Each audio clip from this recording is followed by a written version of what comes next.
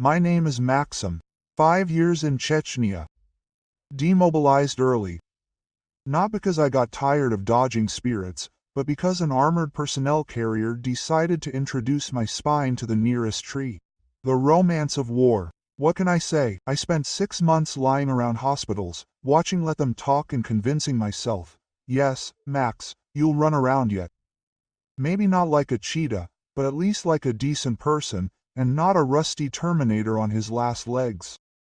I was married to Elena Vorobyova for 7 years. 7 calm, even 2 calm years.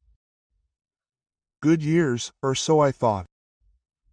It turned out that I mistook a quiet family haven for a polite occupation with elements of psychological terror. She had the smile of a call center dispatcher, always ready to listen to a complaint and transfer to another operator. But she cooked finger-licking good borscht and stoically endured my passion for documentaries about special forces. I thought we were living in perfect harmony. Once upon a time, I could get out of bed without the sound of rusty hinges. Opened a private security company in Podolska. Called it Bastion without frills. Reputable. We do everything from installing cameras to personal security. For those who consider themselves too important for this world. The team what you need is 50 former military men. Each has their own opinion on everything in the world. From assault tactics to the question of why mayonnaise on pizza is a crime against humanity. We have an ironclad reputation. You can't slip past us, unless you grease them with hot tea and a working coffee machine. We take things seriously. One guy wanted us to keep an eye on his ex's apartment. What if she gets a new boyfriend? We politely told him to go to hell and gave him the business card of a good psychologist. If you ask me what my strong point is, I'll answer without thinking. I make decisions in a flash. A reflex developed in the mountains. When a grenade launcher is fired at you, there is no time to think. Either you are fast or you are dead. I thought the war was still there, in the mountains. Naive. It turned out that life loves unexpected plot twists, and the skill of instantly assessing the situation came in handy again. Only now the enemy was not wearing camouflage, but yoga leggings and listening to podcasts about mindfulness. But that's another story. Now I am worried about something else. How many years do you have to be married for your wife to start looking at you like a suspicious bag on the subway? 7, apparently, 7 years. And boom. Detonation. Thank you, Elena. I remember that morning. Chewing burnt toast. I say, you've been so quiet lately. Everything is fine. Quote, she took a sip of her soy milk cappuccino, as if she were preparing to film an episode of Desperate Housewives of the Moscow region, and blurted out, we need to talk. Those 6 words. I wish I'd gotten back into that APC. So I'm sitting there with half-burnt toast, and my wife is looking at me like I'm an expired yogurt. It doesn't stink yet, but it's time to throw it out. She put down her soy milk cappuccino, a regular one, of course, not advanced enough for her level of self-knowledge, and blurted out a phrase every man dreams of hearing at breakfast. Maxim, I'm bored. I blinked at the toast, at the marriage. Ah, well, there it is. The toast is safe. Our marriage is not so great. I'm dating someone else, she added in a tone as if she were announcing a change in her internet tariff. I look up, trying not to laugh. So what should I be jealous of now? Or is this one of those imaginary friends that women make up for the sake of a catchphrase? She sighed. His name is Anton Belov. I thought about it. The name spun around in my head like a roulette ball until it landed on the right memory slot. Wait, I said slowly. Anton Belov? Not the Anton whose jaw my husband had fixed. What's his name? Igor caught his wife Katya in bed with this Anton. That same Anton? Elena blushed like mellow wine on a white tablecloth. Yes, that one. I leaned back in my chair and whistled. You have some taste. What, was the guy who got kicked out of the bowling alley for hitting on the waitresses busy? She frowned. It's not about love. Oh, great, I nodded. I was already afraid that this was just a feeling, and not just physical infidelity. A completely different matter. She crossed her arms. I still love you, Maxim. I just use Anton for certain needs. Certain needs, I repeated, pushing away the coffee. Are we talking about leather masks and safe words or about Anton allowing you to chat during the movie? I'm telling you now, she declared with the air of a person receiving a medal for honesty. Because I know you'll find out in a couple of days anyway. Yeah, I nodded, especially considering that Anton is famous for his ability to keep his mouth shut until another deceived husband comes to him with a baseball bat and a desire to have a heart-to-heart talk. I crossed my arms. How long ago, Elena? She hesitated. Well, I was with him while you were serving. On what mission? In Chechnya, that is, for 5 years, I clarified. She avoided eye contact like a minefield. Yes, I nodded slowly. So, while I was bleeding there, I was putting in stitches and trying not to dirty government property. And 3 weeks ago she started again. 3 weeks ago, I got carried away. Cool. Just in time to edit a romantic montage and launch a sequel about infidelity. She stared at her hands. I didn't want it to drag on for so long. Of course, it's like your chance to go in for milk and come out with a lawnmower. Only in your case milk is loyalty, and the lawnmower is Anton's pathetic face. There was silence. Just me, her, and the sound of my patients packing up my things. You still love me, I said, standing up.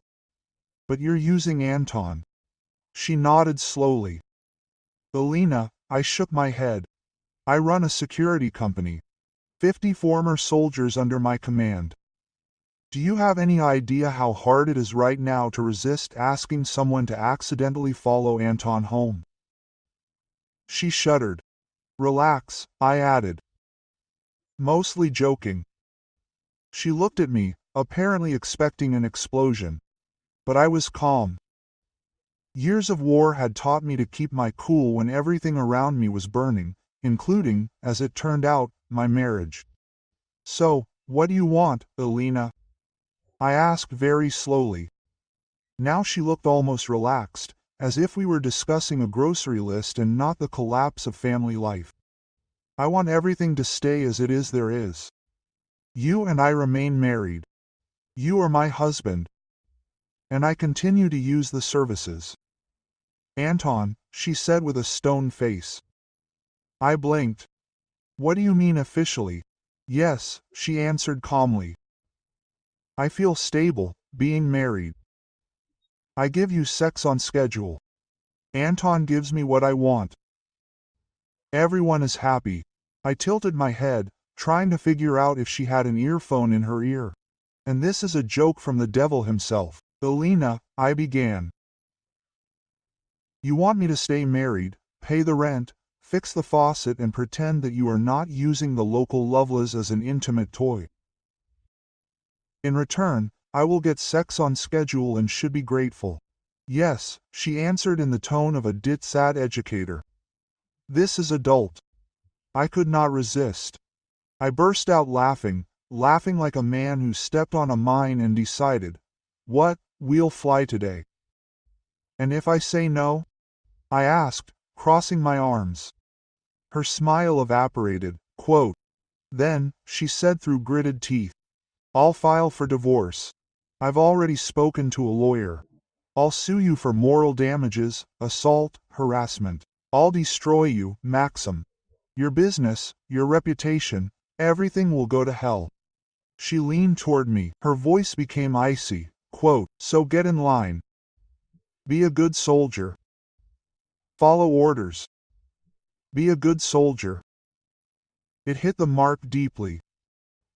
And then, like in a cheap TV series with too much drama, the doorbell rang.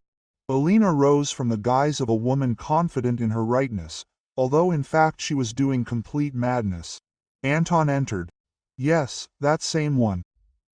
In jeans that were bursting at the seams and with such a smug face that I wanted to spit in his soul.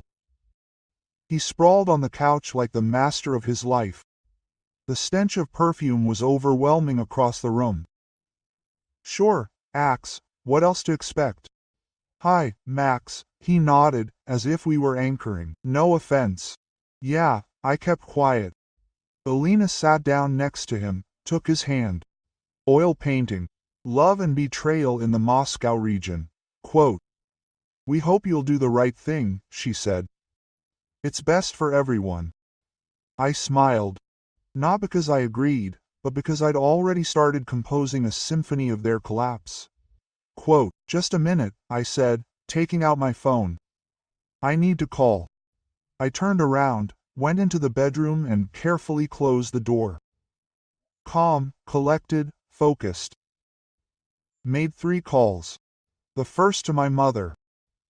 If there is a woman in the world scarier than Alina with her threats, it is my mother with the lease agreement and 7-2 receipts, sorted into folders. Quote, hello, Mom, I began calmly. Maxim, let's get married, I see, she answered, without wasting a second. Quickly, I'm divorcing Alina. Pause. Finally. Enough of this already. Are you demanding payment for the rent? You read my mind. The second call. Pasha, to my deputy, a former paratrooper the size of a solid closet. If only a closet could shoot an SVD and cook dumplings. Pasha, I said. Come to my house immediately. Take Kostyan and Zamaya. A pause on the other end. Everything is that bad. Yes. And bring something to eat. Bible conversation. And finally, Yegor Elvovich, not a porn actor, but our lawyer. On weekends he DJs in clubs, but in court he is scarier than any prosecutor. Half of the judges in the region reach for Valadol when he appears. Yegor, I began. You still specialize in divorces with elements of idiocy. I live for this, he replied. What do you have there? I am sending you the details. Take the documents and come. He returned to the living room with a laptop under his arm, like with Holy Scripture. He sat down opposite Alina and Anton. The couple had settled in too comfortably for people who are now facing emotional eviction. I called a lawyer, I said. We are filing for divorce. Alina blinked. Are you serious? Anton leaned back on the couch, as if he was watching the TV series Marriage, the final season. You said you wanted to enjoy life, right? I replied, calmly typing. Quote. Well, enjoy it, like a free woman. What began was what I can only describe as a verbal exorcism. I'll take half of your company, half of your money. I'll take your house, you smug bastard. Niece, I nodded. I rehearsed in front of the mirror. This went on. Another 20 minutes of threats, screams and gestures that violated all possible conventions. And then, as if on cue, the doorbell rang. I stood up and opened it. Yegor Elvovich himself was standing there. A 3-piece suit, aviator sunglasses. Because why not? They shook hands. Yegor, Maxim. He noticed Anton on the couch. His smile widened, like a shark who saw a tourist on an inflatable mattress. Quote, oh, Yegor drawled. Anton, if I'm not mistaken, my client Igor sends his regards. Anton suddenly remembered where he had left his dignity. It was not there. I sat down again and opened the laptop. Alina, I began. Our joint account is now empty. Her face went out like the Wi-Fi in the subway. How is it empty? Well, I scrolled down the page. It turns out that the apartment we've been living in for 7 years has been registered in my mother's name. And now she's demanding retroactive rent. For 7 years. Igor grinned. And guess where this rent came from? I poked the screen with my account. Cleared out a few. Every penny went to my dear landlady, who, by the way, bakes excellent cabbage pies. She exploded. Damn it, threats. It seemed she even made up new words on the fly. Anton sat glued to the spot, as if he'd accidentally stumbled upon a crime scene. Igor, I asked. Documents? He handed me a thick folder with a magician's gesture. I started signing. Alina watched the process with a mixture of rage and confusion. Then I looked up and smiled. Oh, by the way, I just re-registered my business. Her eyes lit up. Her jaw dropped. I never thought you were that generous. I looked her straight in the eye. You can have it all. After you agreed to the divorce and signed the papers, her smile froze like a bad Botox. No divorce, no business, I added cheerfully, like I was hosting a perverted TV show.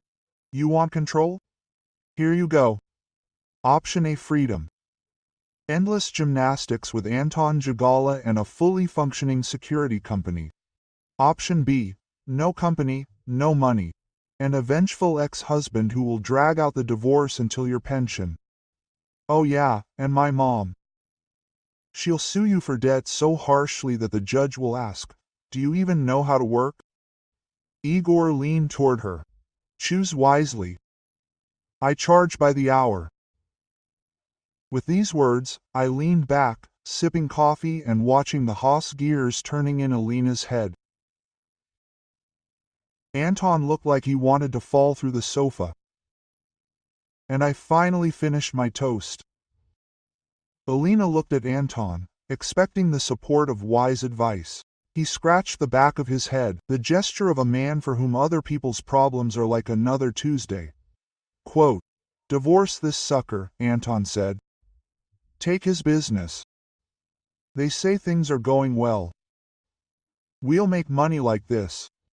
In 10 seconds, Anton turned from a lover into a financial consultant.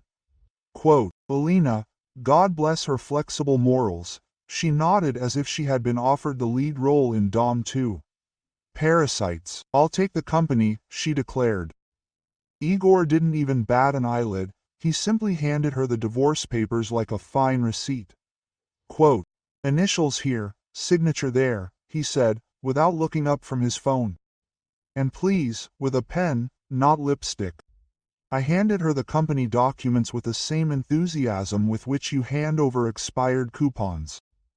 Enjoy. Especially the payroll. Zora from logistics yells when he's nervous and chews paper clips. It was all over in less than an hour. Clean, efficient, and a little more hostile than the G8 summit. Anton, suddenly inspired by a useful task, stood up to help Alina pack. Honestly, it was the first productive thing he'd done since he'd arrived at my house. Watching him struggle with the zipper on her suitcase was almost as enjoyable as deleting our family account on Kinopisk before she remembered to change the password. A few minutes later, Alina returned to the living room, where Igor and I were sipping the last of our cognac and dignity. Quote, I'm leaving, she announced with the drama of someone expecting a tearful farewell. Bye, Alina, I replied, not taking my eyes off my glass. Anton followed her. Quote, I'm up. Wait, Anton, I called out calmly. We're not done yet. He froze. He turned around. Quote, me? He asked, as if there was a second Anton hiding behind a flower pot. Before I could answer, the doorbell rang. The timing was almost poetic. I went up to it and opened it. There were 2 people on the threshold, a man the size of an armored personnel carrier and a woman in a formal suit, capable of both filing a lawsuit and cooking borscht. Quote, ah, I smiled, just in time. Igor stood up and straightened his tie. Well then, he said, grabbing his briefcase. I have to go before this turns into a criminal Russia. He turned to me, raising an eyebrow. Be polite. I gave him a smile as warm as a Siberian winter. Bye, Yegor. And so my lawyer left. My ex packed up her illusions. And Anton? Anton was about to find out what happens when you treat someone like a fool, forgetting that said fool had security clearance. And knows how to kill. I looked at Anton. He already had one foot out the door, radiating the nervousness of a man who had overestimated both his intelligence and his chances of survival. Sit down, Anton, I said. He puffed out his chest like a rooster at the market. I'm not afraid of you. Classic. Before I could answer, Kostya.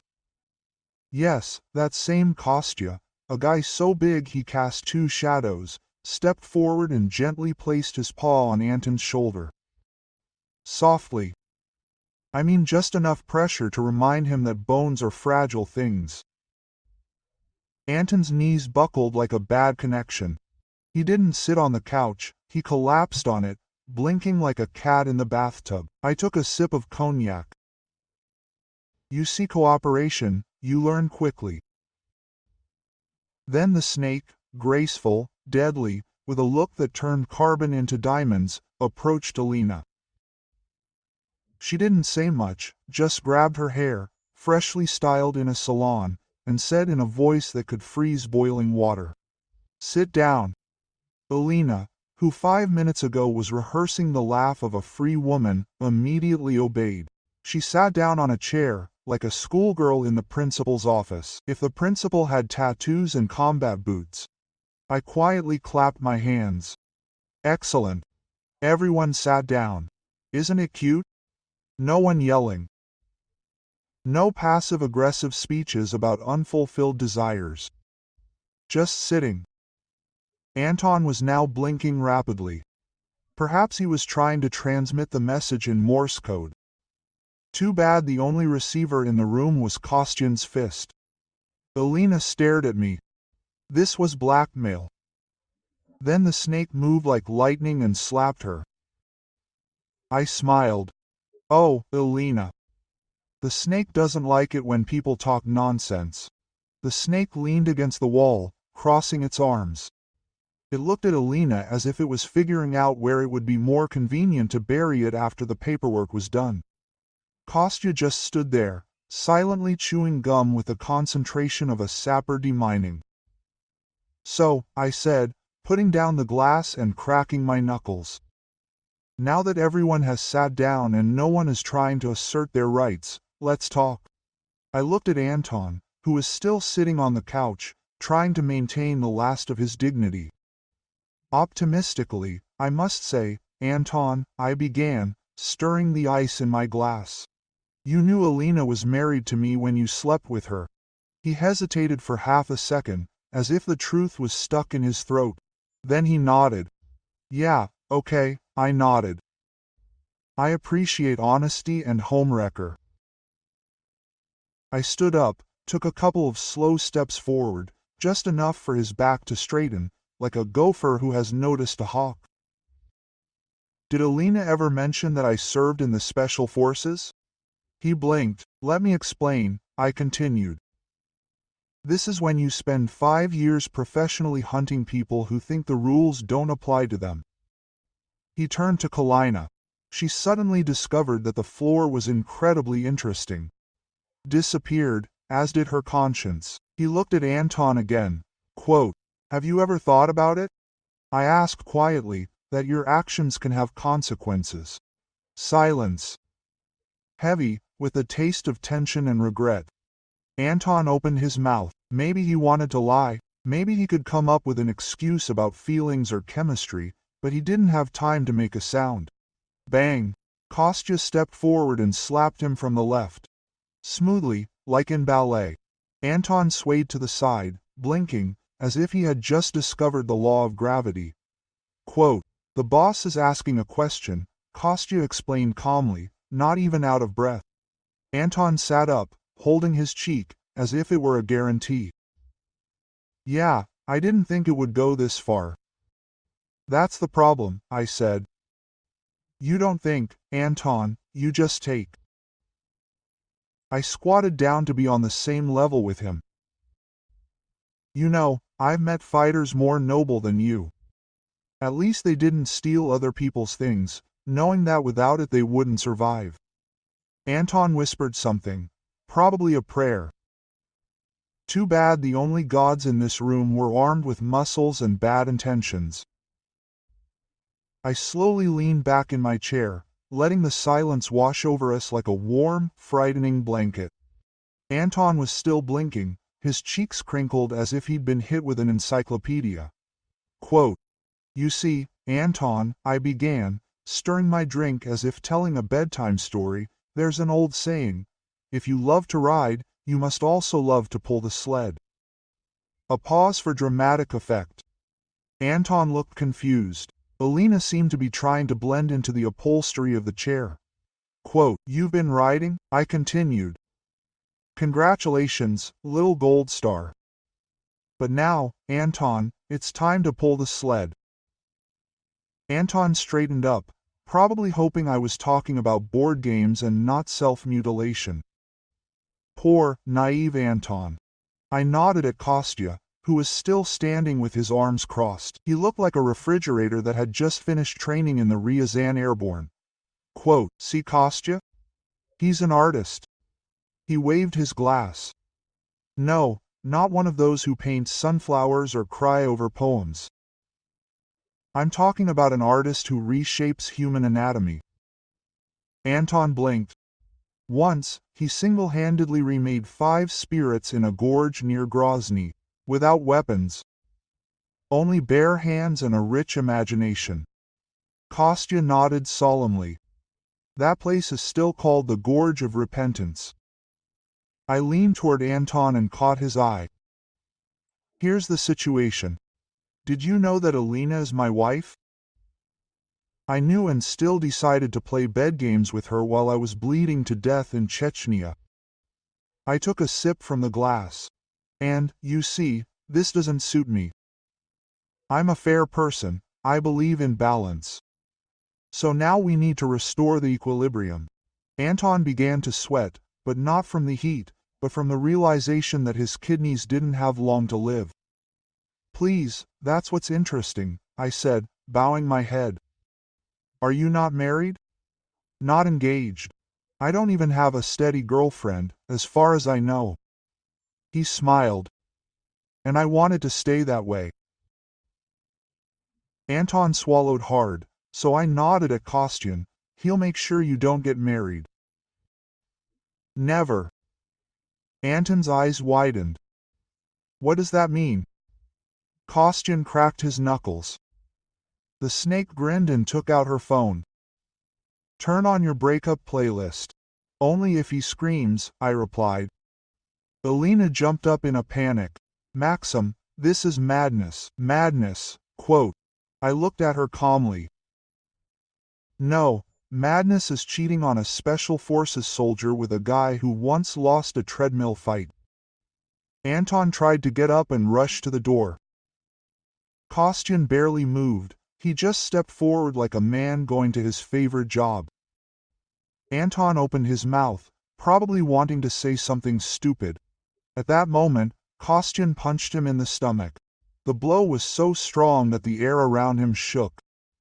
Anton made the sound of a crushed accordion and collapsed to the floor in a fetal position. "Mommy," he whined. I raised an eyebrow. This was shameful. Alina tried to rush to him. Heroically, like in a melodrama about love and moral bankruptcy, but she didn't even have time to bend over. Slap. The snake slapped with surgical precision. "Sit down," she hissed. Alina sat down so quickly, it was as if she were playing musical chairs at a championship in shame. Meanwhile, Kostyan picked up Anton with the same tenderness with which you pick up a garbage bag full of broken glass and bad decisions. And he set to work methodically, focused, meticulously. A blow, a groan, a slap, a sob. I just sat there, sipping cognac, as if I were watching a theatrical production of justice, retribution. A minute later, I lazily raised my hand. Enough, Kostyan. He stopped mid-swing. Patch him up, I said, finishing my last sip. We're not going to be animals. Kostyan tilted his head. His eyebrow twitched. That's right, boss. He still has one working leg. Okay, break it. Click. Kostyan kicked him so hard that everyone heard the crunch. Quote, there you go, I nodded. Now we can stop. I'm kind and considerate. I leaned back and added, if this idiot dies, we'll have to find a place to bury him. It's paperwork, permission, an excavator. It's been a long day. Quote. Kostyan made a sound that was either a laugh or a burp. Honestly, they sound the same to him. Then he reached into his back pocket and pulled out a first aid kit. Note, not a real first aid kit, a small plastic box, like in kindergarten. Yes, Kostyan carried a children's first aid kit with him, like a perverted and extremely dangerous pioneer who had received a badge for providing first aid in an underground fight club. He opened the box, as if offering medical salvation. Anton lay there, wheezing. His face was swollen like a marshmallow in a microwave. His eyes were fluttering, probably remembering his childhood. Kostyan rummaged through the box, whistling something cheerful and completely inappropriate. Then he carefully took out one of the dinosaur bandages. Carefully removed the backing, leaned over to Anton. Anton shuddered, deciding that he was about to be finished off. Well, fighter, Kostyan muttered with feigned tenderness. You were a brave little homewrecker. And with all the seriousness of a field medic, he stuck the bandage right on the center of Anton's sweaty, bruised crook. He stepped back, admiring his work. That's it. It's done. And he smiled. Unfriendly. The smile they print on flyers, the one about wanted persons. I raised an eyebrow. Seriously? Is this your treatment? Kostya shrugged. A symbolic gesture. Anton caught him. The snake clapped sarcastically. Bravo. Looks like a kindergarten victim with a concussion. Alina, still frozen in place, looked at Anton as if rethinking every life choice that had welcomed her here. And I just smiled. I told you, we are not animals, just highly motivated enthusiasts. He straightened up and looked at Alina, who suddenly became very, very still. I told you, you know how to choose. I hope he holds the pressure better in bed than on the floor. Kostya chuckled quietly, like distant thunder. The snake simply watched. And I was just getting started. He turned to Alina. She sat motionless, like a mannequin in a thunderstorm. Her lipstick was smudged, but her hair was still in place. What a shame. She looked at me with that mixture of confusion and regret that only comes when consequences become apparent. Alina, I said, setting down the empty glass. Tell me something. She blinked. Have you ever thought? I asked slowly, that threatening my special forces husband is a good idea? She shook her head quickly. I hadn't thought it would go this far. I sighed loudly and theatrically, like the disappointed father of a generation. Exactly, I said. You didn't think. That's the problem, Alina. Actions have consequences, and bad actions? Quote. I smiled coldly. Very bad consequences. She opened her mouth to say something, but wisely closed it. It's too late, my dear, too late. But, I continued, standing up, as I kindly demonstrated today, I am a kind and considerate person. I turned slowly, spreading my arms, like the host of the show Field of Miracles, imagining today's nightmare. However, I added, I am also very vengeful. Alina visibly tensed up. I literally heard her internal monologue with prayers to all known deities. You cheated on me, lied to me, threatened me, my business, my reputation. And all this while standing in my mother's apartment in the earrings I gave her, planning an intimate life with Anton, a walking punching bag. Anton caught me from the floor in agreement. I nodded at the snake, which leaned against the wall and twirled something shiny in its fingers, like a magician at a funeral. You see, I said, the snake has a dream. Alina's gaze darted to her.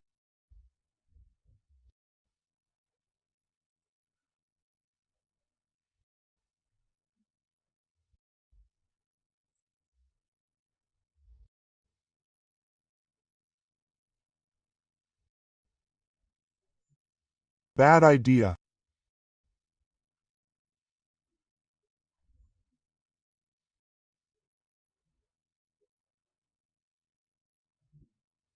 She's always wanted to open a beauty salon, I explained, but she never studied. No courses, no degrees, just pure passion and a very steady hand. The snake grinned, took out a straight razor. The blade flashed as she easily turned it between her fingers. And lucky for her, I added cheerfully, you're going to be a top model. Alina's jaw dropped. Quote, you wouldn't dare, my dear, I said. We passed by daring 20 minutes ago. The snake stepped forward in one smooth motion. Sit still, she cooed affectionately. It will be easier if you don't twitch. The razor flashed. Quick, precise movements. And Alina, once the queen of salons and monthly Botox, became magnificently, fantastically bald, smooth as karma. She froze, blinking like a stunned owl. Her hand slowly rose to her head. The snake blew on the blade, like on a gun in a western. I call it a remorseful haircut. I nodded approvingly. Quote, talent is wasted, snake. Don't worry, she said, wiping the blade. I'm just warming up. Alina opened her mouth, but there were no words. I stepped closer, caught her gaze. Quote, wanted to play, Alina? Now you're leaving with your suitcases and a shiny skull. Enjoy your new life. Lonely, ruined, you look like a runaway Buddhist. Congratulations. I clapped my hands. Now get out. He sat back down, crossed his legs, poured himself another cognac. Because justice must be savored. Take them out, he waved his hand, as if they were two childless interns. Kostyan did not hesitate, picked up Anton, by that time just a walking bruise, and dragged him to the door, like defective goods, for return. The snake took Alina by the elbow with the enthusiasm of a tax inspector. Quote, let's go, Rapunzel, she muttered. Or what is left of you? Don't touch me, Alina hissed. The snake only grinned. Please, you are not worth the gloves. They left. Alina screamed, Anton groaned. The snake whistled a melody from the brigade. On the way out, Kostyan saluted me. A wonderful ending. Or so they thought. 3 weeks later. Time to sum up the results in court. Put on his best suit, black, strict, with a barely noticeable pattern on the tie. The look said, I may be divorced, but I'm still the master of the situation. Alina walked in as if to her own funeral. Her head was tightly wrapped in a silk scarf, dark glasses. A mysterious woman with an aura of urgent trichological help. Anton was brought in. He looked like a man who had been overtaken by karma, gravity, and Kostyan. Still in a wheelchair, still wincing when someone coughed loudly. They sat opposite at a long table with their lawyer, a guy who charged $30,000 an hour for a sure loss of cases. The judge barely tore himself away from the papers. Quote, it looks clean, he muttered. No disputes about property. Alina's lawyer cleared his throat. No, Your Honor, my client gets full ownership of the business. The judge blinked his whole face. I nodded with a fresh smile. Every square inch, Your Honor. Anton let out a weak wheeze. I think it was a laugh or a scream. Perhaps both. The judge looked at Alina. Citizen Vorobyova, you understand the terms of the agreement. She nodded, gritting her teeth. Yes, Your Honor. Excellent, he said, putting a seal, as if sealing a tomb. The marriage is dissolved. The hearing is over. The hammer bangs. The marriage is over. The headache is transferred. I stood up, buttoned my jacket. It was a pleasure to work. Elena said nothing. Anton muttered something. Either a threat or an apology, unintelligible, because of his swollen cheek. And everything is clean, efficient, legally binding. I walked out of court a free man. She walked out with a handkerchief, burdened with responsibility company and a guy who now needs a seatbelt to sneeze. All in all, one of my best Tuesdays ever. 60 days later. Standing outside the empty office of what used to be my company. Scrubbed floors, locked doors, and the most satisfied smile I've had since I dropped Raccoon off at Kalina's yoga class. Long story. Elena was the first to arrive, her head wrapped tightly in a scarf and her sunglasses posing as an enigmatic businesswoman. Anton hobbled behind, still looking like he'd lost a fight with gravity. I've come to collect, she announced, holding out her hand so proudly, like she expected me to kiss it. Instead, I handed her a single key. Congratulations, CEO. Come on in, quote. She sauntered to the door, swinging it open like a peacock in heels. And silence. Beautiful, empty silence. She turned around, confused. Where is everyone? I followed her in. You mean the staff? Yes, Maxim. The staff. The ones who run the business. And they quit. She blinked. What? On Tuesday, I nodded, stretching like a man who had a wonderful night's sleep while his ex was on the brink of financial ruin. Yeah. All 50, last Friday. Where did they go? I pointed out the window. Across the street, a brand new office. Bright sign, red letters, security, Mom the Commander. Above the door, a cartoon logo of my mother with a baton in one hand and a rolling pin in the other. Mom the Commander, she squinted, not believing what life had turned into. Belongs to my mother, I explained cheerfully. She has natural leadership qualities and a talent for baking, but more for leadership. Her voice soared half an act. You lied to me. He raised an eyebrow. Elena, I gave you what you asked for. You wanted company, get the keys. It's empty. Not exactly, I said.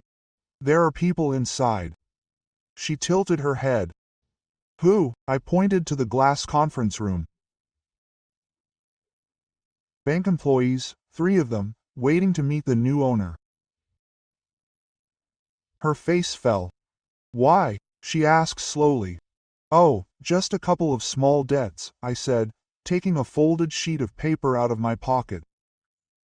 Remember the transfer agreement you signed? Elena Vorobyova accepts 100% ownership of assets, personnel, accounts, debts, liabilities. The bell was ringing. There was even a smiley face on it. She snatched the paper with trembling hands. I leaned over, lowered my voice to a whisper. You see, Elena, you didn't just inherit a company, you inherited a few small financial liabilities. She stared at me as if I'd set her yoga mat on fire. Did you set me up? No, I said, backing toward the door. You set yourself up. I was just making sure the paperwork was in order. As she staggered toward the conference room, Anton caught her at the door. I'm going to get paid. He looked at him and grinned. Sure, ask our. He got into his SUV, saluted the bankers, and drove to his mom's for some pies, because some victories are sweet and some taste like justice.